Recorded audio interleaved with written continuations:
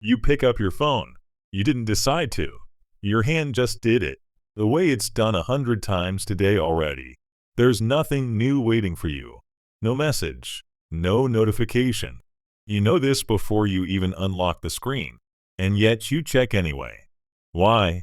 You tell yourself it's a bad habit, a little willpower problem, something you'll fix eventually once things calm down.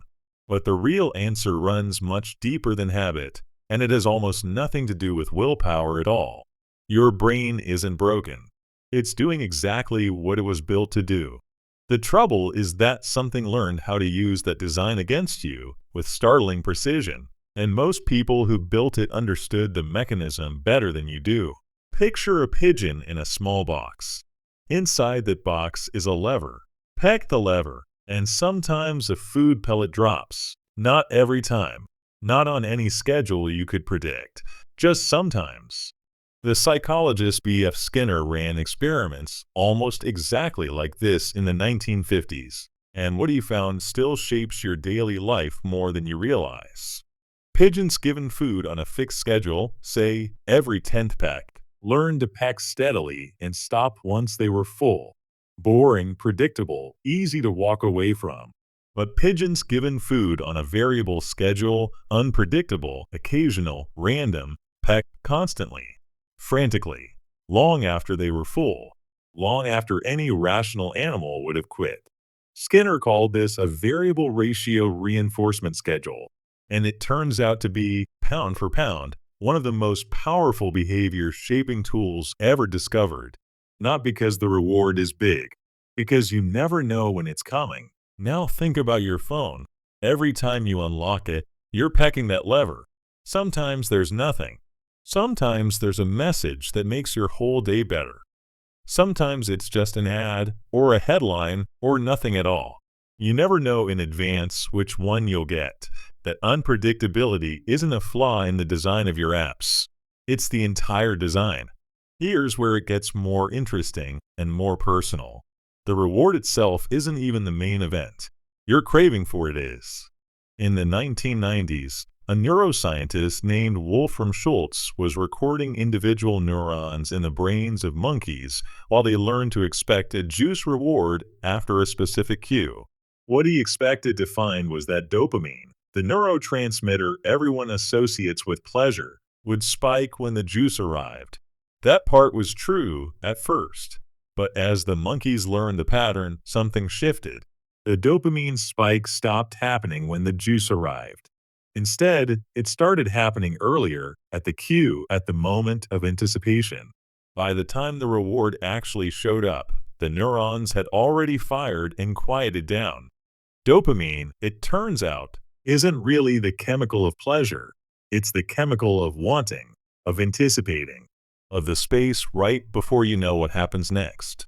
That's the space you live in every time you glance at a locked phone screen, not the notification itself.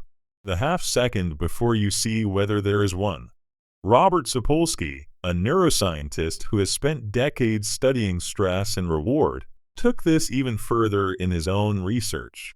He found that dopamine levels rise highest not when a reward is certain, and not even when it's completely random, but when it's uncertain in a specific way, when there's roughly a 50% chance of it happening. Certainty is calm. Randomness alone isn't quite as gripping, but a coin flip, that particular blend of maybe and maybe not, produces the single strongest dopamine response researchers have measured. Your phone, whether or not anyone planned it this precisely, sits almost perfectly inside that zone. You never fully know what you'll find, and that not knowing is the engine. Have you ever noticed that a phone buzzing in another room feels almost impossible to ignore, but a call you're already expecting barely registers the same pull? Why would a random buzz matter more than an expected one? Because your brain isn't responding to information. It's responding to the gap between what it expects and what it doesn't know yet. The bigger and more unpredictable the gap, the harder your attention gets pulled toward it. This is not a personal failing. It is a very old system, tuned across millions of years to notice unexpected change in your environment. because unexpected change used to matter enormously for survival. A rustle where there shouldn't be one, a shift in the wind, something moving that wasn't moving before. Your ancestors who paid attention to unpredictable signals lived longer than the ones who tuned them out. That system was built for a world with maybe a dozen unpredictable signals a day. Now it's wired directly into a device that can generate hundreds. Here's the twist that changes how you might see this. You'd think the apps holding your attention longest would be the ones that make you feel best. That's not what the data shows. Some of the platforms with the highest engagement numbers are also, by their own internal researchers' own findings in various leaked reports over the years, associated with lower reported mood the more time people spend on them. People keep returning to experiences that don't even reliably make them happy. That should be strange. It isn't, once you remember that the system was never optimized around your happiness. It was optimized around your attention, and those two things only sometimes overlap. This is the part that tends to surprise people most. Wanting and liking are handled by different, only partly overlapping systems in your brain. You can want something intensely, feel almost pulled toward it, and not particularly like it once you have it. The craving system doesn't need you to enjoy the reward. It just needs you to keep checking. Think about the last time you scrolled well past the point of interest. You weren't chasing a specific piece of content anymore. You were chasing the possibility of one. That's the tell. That's dopamine's anticipation signature, still firing, still asking the same old question. Is something interesting about to happen? Not because anything actually was. Because the system that evolved to notice sudden change doesn't know how to distinguish a predator in the grass from a red notification badge. Both register as the same kind of signal. Something changed. Check it. Consider, too, how differently this feels depending on the app. A single long article rarely pulls you back every few minutes. A feed that refreshes with new, unpredictable content every time you open it does exactly that again and again. The difference isn't the content, it's the structure. One gives you a known, finite reward. The other gives you an unknown, infinite one, refreshed on demand. Always just one more pull of the lever away from something better. It's worth asking, honestly, whether any of this was accidental. Several people who helped build the earliest versions of these systems have said publicly in later years that they understood exactly what they were doing when they built variable reward loops into feeds and notifications. They weren't guessing. They were applying, deliberately and at scale, the same principles Skinner discovered in a small box with a pigeon and a lever decades before anyone had a phone to check at all.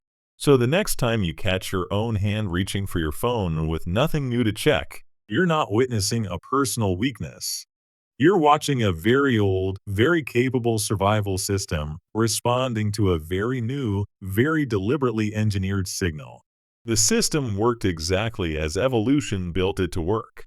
It just wasn't built for a world with a notification every 4 minutes. There's something almost freeing in seeing it this clearly. Once you know that craving isn't really about the content, once you know it's about the gap, about the uncertainty, about that half second of not knowing, you can start noticing the pull itself instead of just obeying it. You don't have to fight your own brain. You just have to recognize which century it's still living in. So tonight, when your phone buzzes or when your hand drifts toward it without a buzz at all, notice the moment right before you look.